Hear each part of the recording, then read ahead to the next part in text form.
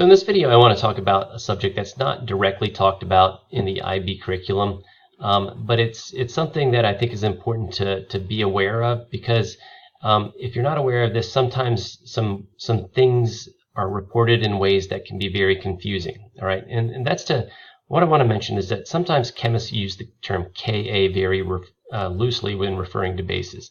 All right, and if I were to retitle this topic, I would just say, beware that sometimes chemists talk about how strong a base is by reporting a Ka. All right, and at first that makes no sense, because when we're talking about the strength of bases, all right, what we've learned so far is that we use this term called a Kb. Kbs are what you use to describe the strength of bases, whereas Kas are what we use to describe the strength of acids. All right, so why do chemists have this habit of talking about the strength of a base by reporting a Ka? And just as an example of how prevalent this practice is, this is, I just looked at this compound methylamine. All right, and it's known to be a base. All right, and everyone would consider this to be a base. But when you look at the data on it, you can find a pKa, and they report a pKa of 10.6 on methylamines page. All right, and I can tell you that this is incorrect. All right, this is not I understand what they're trying to say, but this is not the pKa of this compound. Okay. And the reason that's not the pKa is because of the literal definition of what a Ka is. When you say the Ka or the pKa of some compound, is what it means is to treat that compound as if it's the acid in this acid dissociation constant or equation right here. All right. And similarly, if you say the Kb or the pKb of some compound, it means to treat that thing as the base. All right. So as an example of that, if I were to say the pKa of NH3, all right, what that literally means that we should do is to treat that as if it's an acid, all right? And if we're treating NH3 as an acid, it would mean writing an equation like this, where you show the NH3 donating its H plus to water, all right? And from that, I could come up with this expression right here, where the Ka of that thing would mean this, all right? Alternatively, if I said the pKb of NH3, that means treat NH3 as the base. And if I'm treating it as a base, show it doing what bases do. They accept H pluses, and this would be the expression that you would have. So why can I say that the pKa of methylamine is definitely not 10.6? Because if you're talking about the pKa of methylamine, it would literally mean to treat it as an acid. All right, and if you're going to treat methylamine, which is this compound right here, as an acid, you would show it donating an H plus to water. When that happened, you would have this conjugate base right here, and water would become H3O, and you could write this expression right here. And so then we could come up with a for this thing right here, I can say that this particular expression, if you were to express it as the pKa, would definitely not be 10.66 if this were methylamine. All right. For this particular Ka, or if you were to turn this into a pKa, it would be more like about 33. All right, nothing close to 10.6. All right, so what do they really mean on that website when they say that it's 10.6? And it's not that the author of the website made a mistake. It's just that they're assuming that when you're reading that, you know what they're really talking about. All right, what they're really talking about is they're assuming that you know that when something is a base, all right, and they report a pKa, all right, what they're actually reporting is the pKa of the conjugate acid of that base. All right, so so take methylamine for example. All right, this is methylamine. Its conjugate acid is this right here. All right, so if this thing were to accept an H plus, it would be this thing right here. And now, so this is a conjugate acid. Now let's treat this guy as an acid. All right, and it would go according to this equation right here. And we could write a Ka expression. And so just for perspective, if the pKa is about 10.66, the Ka would be roughly about 10 to the negative 10th. And if for this particular expression, that would be correct. All right. So what they really mean here is that the pKa of methylammonium, methylamine with an extra H plus on it, is 10.6. Not literally that the pKa of methylamine is 10.6.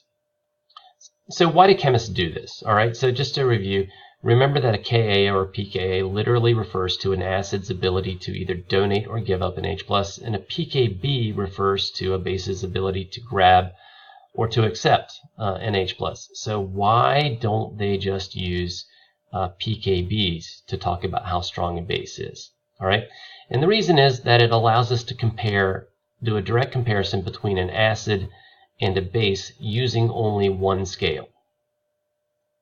And as an analogy to this, I'm going to compare two things that we're all familiar with: generosity and greediness. All right. And hopefully you realize that there's a relationship between generosity and greediness, all right? But they don't technically have the same definition, all right? So generosity, you could say, is it's how willing somebody is to give up, let's say, money. It's how willing somebody is to give up money when they have the money, all right? And greediness is how willing or the willingness of somebody to basically take money when they don't have that money. All right. So in some ways, you can make the analogy that generosity is kind of like acids. All right. It's basically the willingness of something to part with something that it currently has. And greediness is kind of like, like what bases do. It's the willingness of something to grab onto something that it doesn't currently have. All right. So I could take a bunch of people, with money, and I could rate them in terms of generosity. And we're just going to say that Tom is really generous. He's got a high generosity score. And Sam is really stingy, all right? He really likes to hold on to his money, so he's got a very low generosity score, all right? Well, something I think that we would intuitively and realize, and this might be a little oversimplified, is that these things are kind of connected, all right? Since Tom is really generous when he has money, we would probably also predict that when he doesn't have money, he's not going to be that greedy. So there's this inverse relationship. Things that are high on the generosity scale, when they have the money, are very low on a greediness scale when they don't have the money.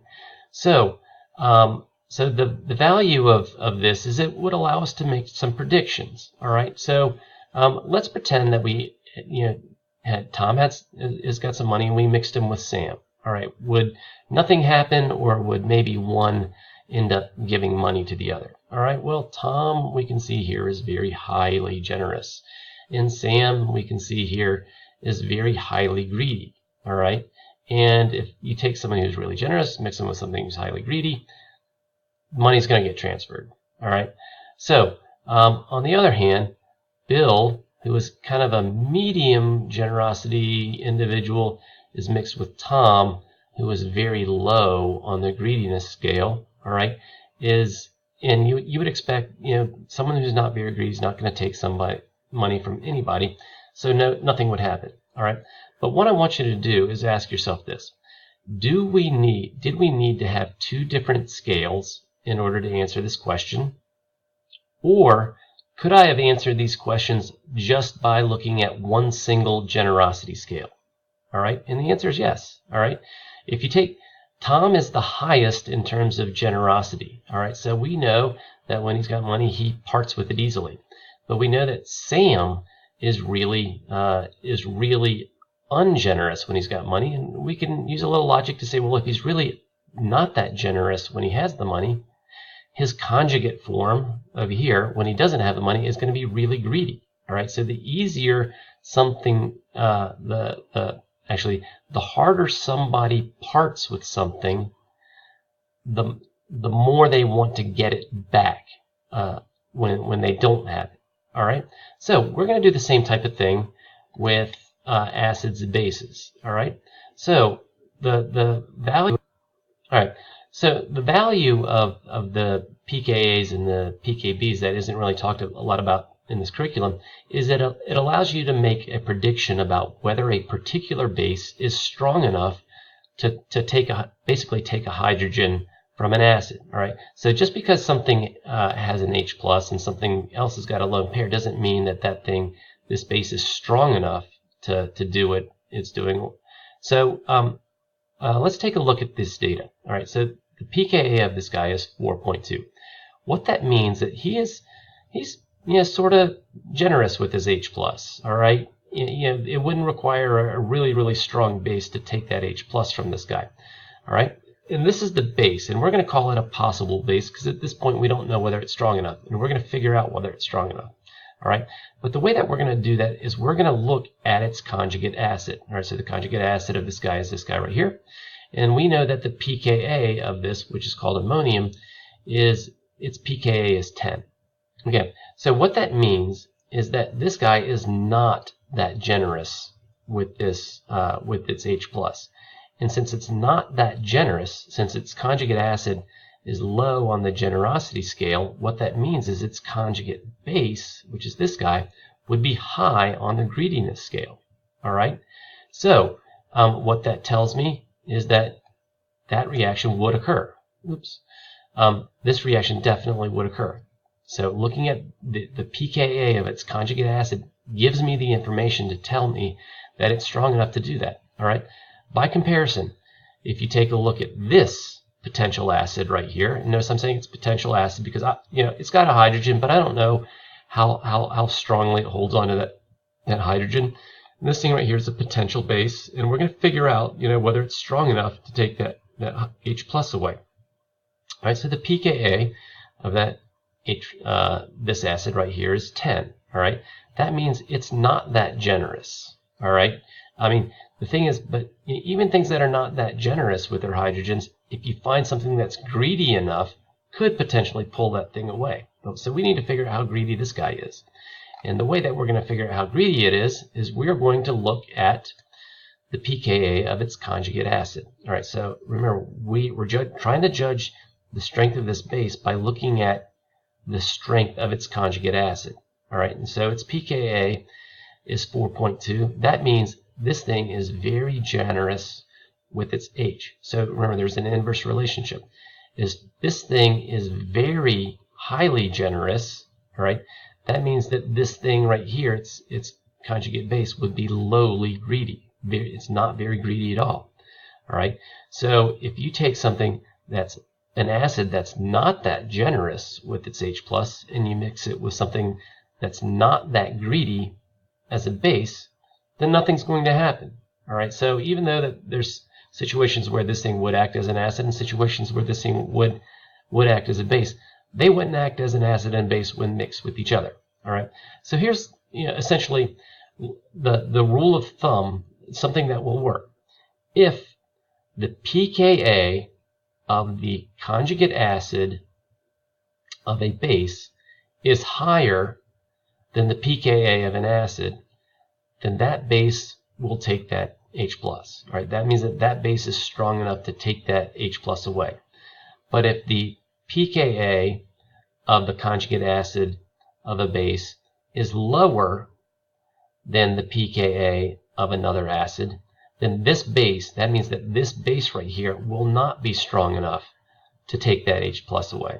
All right, and this is very useful when you're doing chemistry, because a lot of times you have a reaction where in order for this reaction to occur, I've got to use a base that's strong enough to basically rip this H+ off this molecule.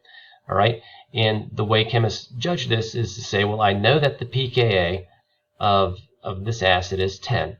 That means that I've got to find a base whose conjugate acid's pKa is higher than that. All right, so instead of chemists going around saying, hey, is the pKa of that conjugate acid of that base high enough to do it, they kind of shorten their language and they'll just say, what's the pKa of that base? All right, and when they say the pKa of this base is 4.2, what they really mean is that the pKa of the conjugate acid of that base is 4.2, but everyone's always looking for shortcuts, and so they just kind of just casually refer to it as the pKa of that base. And that's why they do it. It serves a practical function, but everyone would admit that it's technically incorrect to say that it's the pKa of the base, because bases don't have pKa's, they have pKb's.